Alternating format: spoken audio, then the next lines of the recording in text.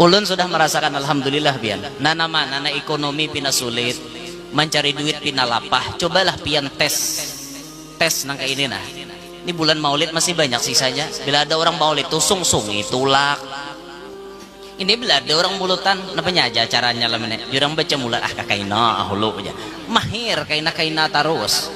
Bila udah yasipun hanyar deteng. Ngepek nangka ini. Bila sudah yasipun hanyar deteng. Kena bulik pandudian, apa makan pengencangnya. Datang pandudian makan pengencangnya bepala manusia nangka ini.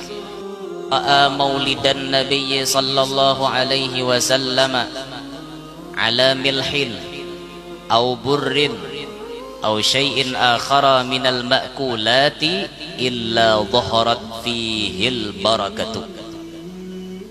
Tidak ada daripada seseorang yang membaca maulid lalu di hadapan orang baca maulid itu diandaki uyah. Tahu pian uyah? Garam. Tahu garam? Sal. Itu kah bahasa Inggrisnya tuh? Tulisannya SALT, aturannya bacanya selat. Aturannya kayak itu bang. Cuma ngalih orang Inggris nih, lain tulisan, lain bacaan. THE dibaca de, mestinya THE bacaannya itu. Ngalih orang Inggris ngarannya. Nah, jadi orang baca maulid, di hadapan orang baca maulid itu diandaki uyah.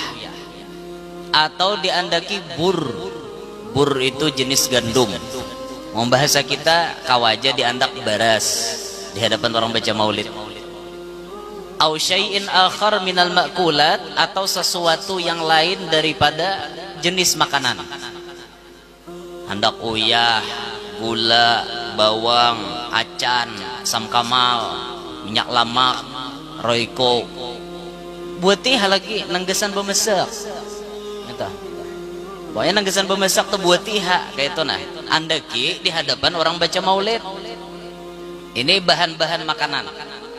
Ataupun sesuatu makanan yang sudah masak. Contohnya al-batih, semangka. Burtukol, limau. Ada anggur, ada lingking. Ini makanan sudah jadi, atau ada wadai, ada macam-macam diandaki. Ataupun makanan yang disuguhkan diandak di majelis maulid. Kada mutlak diandak di hadapan, yang penting di majelis maulid. Apa padilatnya makanan yang diandak di majelis maulid? Illa dhaharat fihil barakatuh.